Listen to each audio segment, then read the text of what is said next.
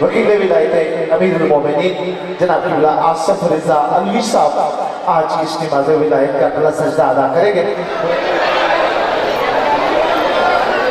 بسم اللہ الرحمن الرحیم الحمدللہ الذی جعلنا من المتمسکین بولایت امیر المومنین اللہم ایک نعبد و ایک نستعین الصلاة والسلام بتحیت والاکرام علی اشرف الانبیاء والمرسلین واولادہ الطیبین الطاہرین المعصومین ولعن اللہ تعالی علی اعدائهم اجمعین اما بعد فقد قال حق سبحانہ تعالی فی کتابہ المجید بسم اللہ الرحمن الرحیم ثم اورثنا الکتاب الذین اصطفینا من عبادنا بلند السماوات۔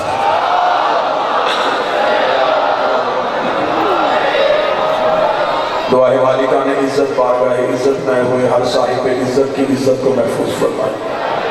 آقا ذاتی بانیان مجلس حاضرین مجلس کو اس بہترین عبادت میں بہترین اجر عطا فرمائے۔ مالک آخری سانس تک عقیدہ ولایت پہ استقامت نصیب فرمائے۔ موت کی ہچکی ہو زبان پہ بنت علی ولی اللہ جاری فرمائے۔ قبر کی پہلی رات ہو زیارت امین نصیب فرمائے۔ قیامت کی صبح ہو شفاعت شفیع نصیب فرمائے۔ میرے مالک میرے وارث کے ظہور میں تاجیل فرمائے۔ دعائیں قبولیت تک پہنچائیں، سہارا درود کریں، بلند آواز سے صلوات پڑھیں۔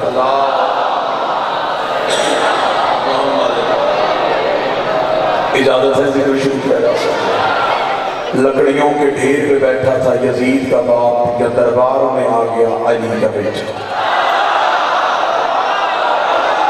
بادشاہ حسین ان ہاتھوں کو سلامت فرمائے۔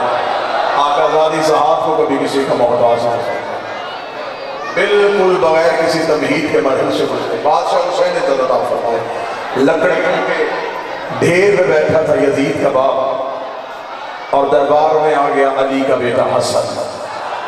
میرے بادشاہ نے دربار میں آتے ہی اس نے اپنا روب جھاڑنے کے لیے آخری تخت کی سیڑھی پہ بیٹھا تھا۔ میرے بادشاہ حسن نے آ کے اس کا چہرہ دیکھا، چہرہ دیکھ کے میرے مالک نے فرمایا اتر لکڑیوں کے ڈھیر سے نیچے۔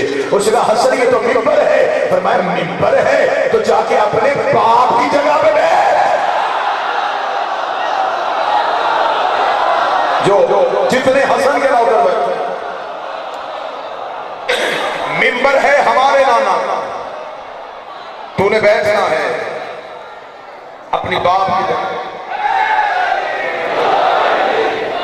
اس نے دربار میں بلایا تھا مولا حسن، اور 7 بندوں کو یہ کہہ کے بٹھایا تھا کہ جب حسن دربار میں آئے کسی نے احترام کے لیے نہیں اٹھا، تاکہ حسن کو پتا چل جائے کہ اب امیہ والوں کی خلافت آ گئی۔ میرے بادشاہ کا پہلا قدم دربار میں ہے۔ حالت کیا ہے؟ سر پہ نبی والا امامہ، کانٹھے پہ ابو طالب والی عبا، حاشا والی دستار، انگشتری سلیمان ہاتھوں پہ، ذوالفقار حیدری نیام نے۔ حسن کا پہلا قدم دربار میں آیا۔ اس نے لوگوں سے قسمیں لی تھی کہ تم نے اٹھنا نہیں ہے۔ سب سے پہلے یہ خود اٹھ کے کھڑا ہو گیا۔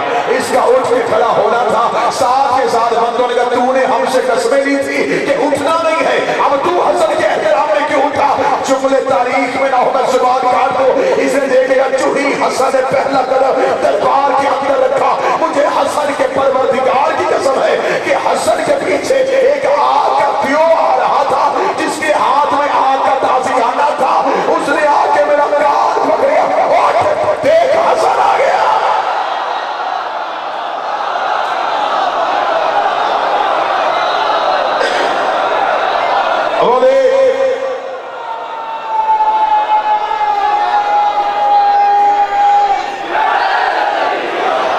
وہ دیکھ سامنے حسن آ گیا۔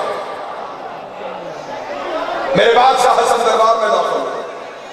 تفصیلات کا وقت نہیں، میں نے مقدمہ سارا چھوڑ دیا، صرف مولا حسن کا خطبہ پڑھوں کر آپ کو سلام کروں۔ مولا حسن کا پہلا قدم دربار میں، اس نے 7 بندوں کو یہ کہہ کے بٹھایا تھا کہ جو ہی حسن دربار میں آئے تم نے میرے باپ دادا کے فضائل پڑھنے شروع کر دینے ہیں. تم نے بتانا ہے کہ ابو سفیان میں یہ فضیلت تھی, امیہ میں یہ فضیلت تھی, یہ بڑے قبیلوں والے لوگ تھے, یہ بڑے امیر لوگ تھے. پھر میں تم سے پوچھوں گا تمہارا علی کے بارے میں کیا خیال ہے, تو تم نے کہنا ہے علی تو خاک پہ بیٹھتا تھا, علی تو فقیروں کے ساتھ زندگی گزارتا تھا, علی کی تو ابا پہ پیبند لگے ہوئے تھے, علی کی توہین کرنی ہے, میرے خاندان کی فضیلت پڑھنی ہے. ادھر حسن آ کے دربار پہ کرسی پہ بیٹھے, کتابیں کہتی کوئی ادھر سے بولا, کوئی ادھر سے بولا, کوئی ادھر سے بولا. جتنے تنخواہ دار تھے سب نے ایک ایک کر کے اپنی تنخواہ کا حق ادا کرنا شروع کر دیا. امیہ کے فضائل, ابو سفیان کے فضائل, یزید کے باپ کے فضائل. جب یہ سب اپنے اپنے فضائل پڑھ کے چپ ہو گئے, میرے حسن بادشاہ اٹھ کے کھڑے ہو گئے. حسن کا پہلا جملہ میں پڑھوں گا اور تمہارے چہروں پہ علی اور ولی اللہ کی مسکراہٹ دیکھوں گا. حسن کھڑے ہو کے کہتے ہیں اوے عرب کے شجرے کی ٹوٹی ہوئی گڑیوں, اوے عرب کے شجروں کی ٹوٹی ہوئی گڑیوں, اے گندگی کے جھاڑ میں اڑنے والے پودوں, تم نے میرے سامنے اپنے اپنے خاندان کی فضیلتیں بیان کی. حسن کیا میں اپنی ماں زہرا سے لے کے جناب حوا تک, اپنے باپ علی سے لے کے حضرت آدم تک دربار میں کھڑا ہو کے ایک ایک کا کردار پڑھتا ہوں. اگر تم میں جرأت ہے میرے کان میں آ کے اپنی ماں کا کردار پڑھ کر, سارے بولو آگے لگ ہے میری.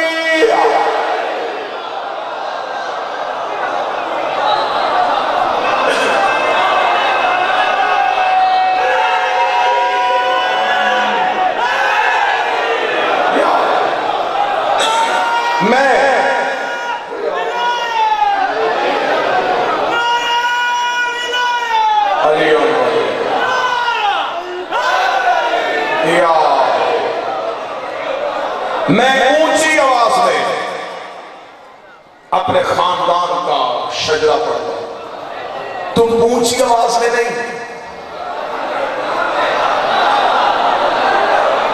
میرے کان میں آ کے صرف اپنے باقی آگے رسید درود سارے خلاف لے کے بلند آواز سے پڑھیں, پھر بھی بلند آواز سے سوال اللہ سورہ اللہ.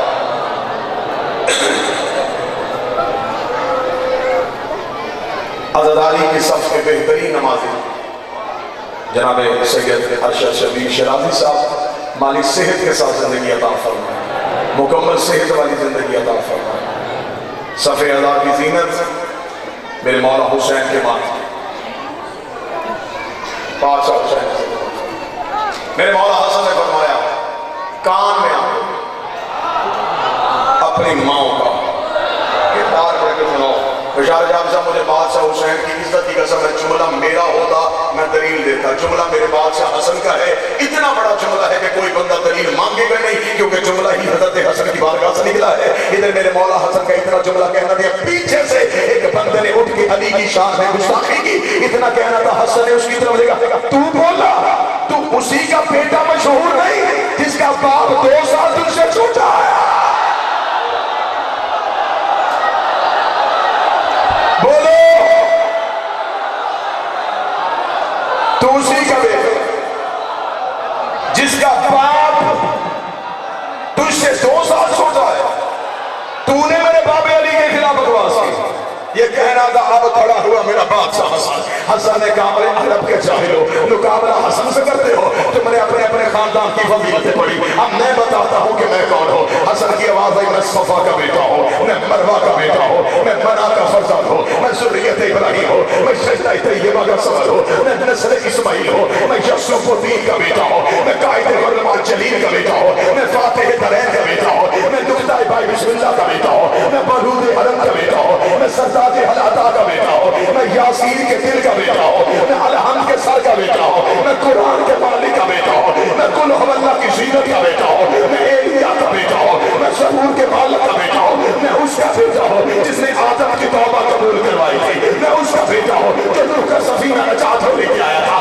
میں اس کا بیٹا ہوں جس نے ابراہیم کی آگ کو ٹھنڈا دیا تھا, میں حجاب عوف کا بیٹا ہوں, میں حجاب عزت کا بیٹا ہوں, میں حجاب جبرون کا بیٹا ہوں. حسن نے آنکھوں میں آنکھیں ڈال کے کہا او عرب کے جاہلوں, میں اس کا بیٹا ہوں جو معراج کے پردے میں ادھر بولا تھا, اور میں اس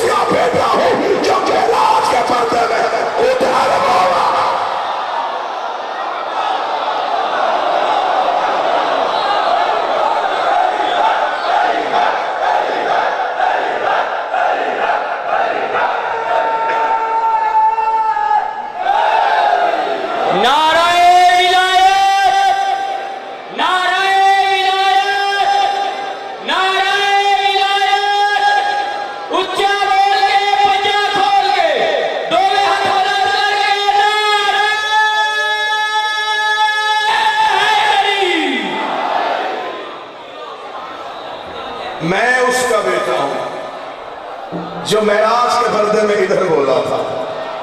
کہا میں اس کا بھی بیٹا ہوں جو معراج کے پردے میں ادھر بولا تھا.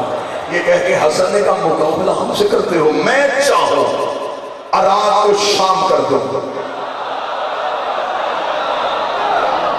اب یہ تمہارا بولنا میری کتابت تو یاد نہیں، یہ تائید ہے کہ میرے بادشاہ میں طاقت ہے. ہم چاہیں عراق کو شام کر دیں، ہم چاہیں شام کو عراق کر دیں، ہم چاہیں مشرق کو مغرب کر دیں، ہم چاہیں مغرب کو مشرق کر دیں. یہ کہہ کے حسن نے دربار کی طرف دیکھا، ہم چاہیں تو مرد کو عورت کر دیں، ہم چاہیں تو مرد کو عورت کر دیں. پیچھے سے اٹھا، اس کا حسن کیسے؟ حسن دیکھے گا ایسے.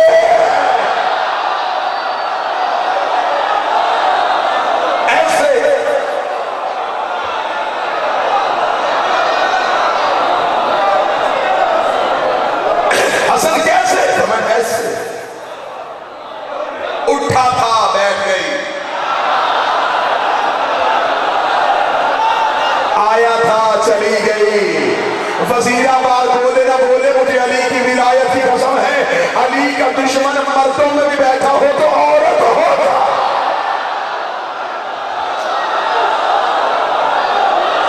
علی کا دشمن مرد بھی ہوگا. 13 سال ہو گئے ہیں مجھے ممبر کے مصلی پہ، میں نے آج تک علی کا کوئی دشمن مرد نہیں دیکھا.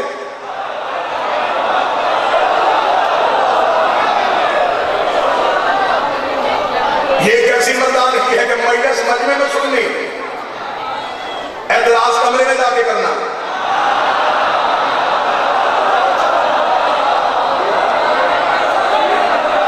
بات ممبر سے سننی، درخواست کے تھانے لکھ کے دے دینی. مرد ہے تو میدان میں آ. ہم نے علی حجرے سے نہیں لیا، غدیر کے چوک.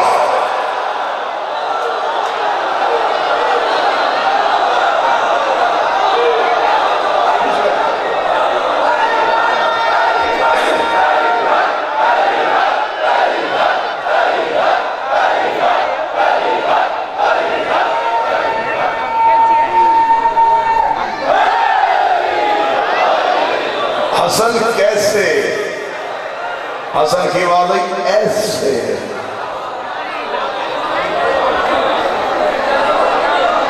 ان کے لہجے میں کون ہے؟ ہاں یہ دیکھ کے نہیں کہتے، ہاں نہیں کہتے ہیں تو ہوگا. یہ جو بولتے ہیں وہ سچ ہے. اتنے سچے ہیں، اتنے سچے ہیں. انہوں نے کہا ہے، صاحب نے کہا ہے.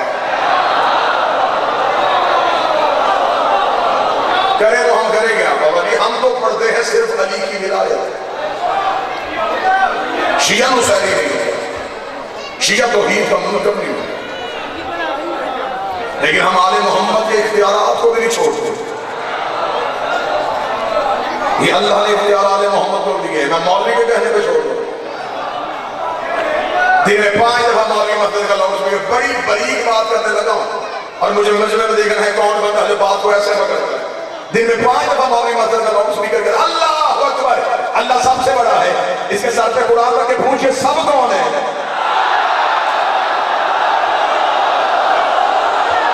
کن سب سے بڑا ہے؟ وہ سب کون سے ہیں؟ کوئی تو ایسا بڑا ہے.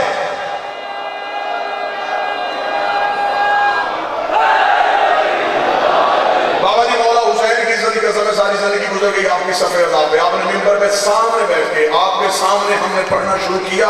آپ نے دعوت دی ہے تو ہماری زبان نے بولنا سیکھا ہے.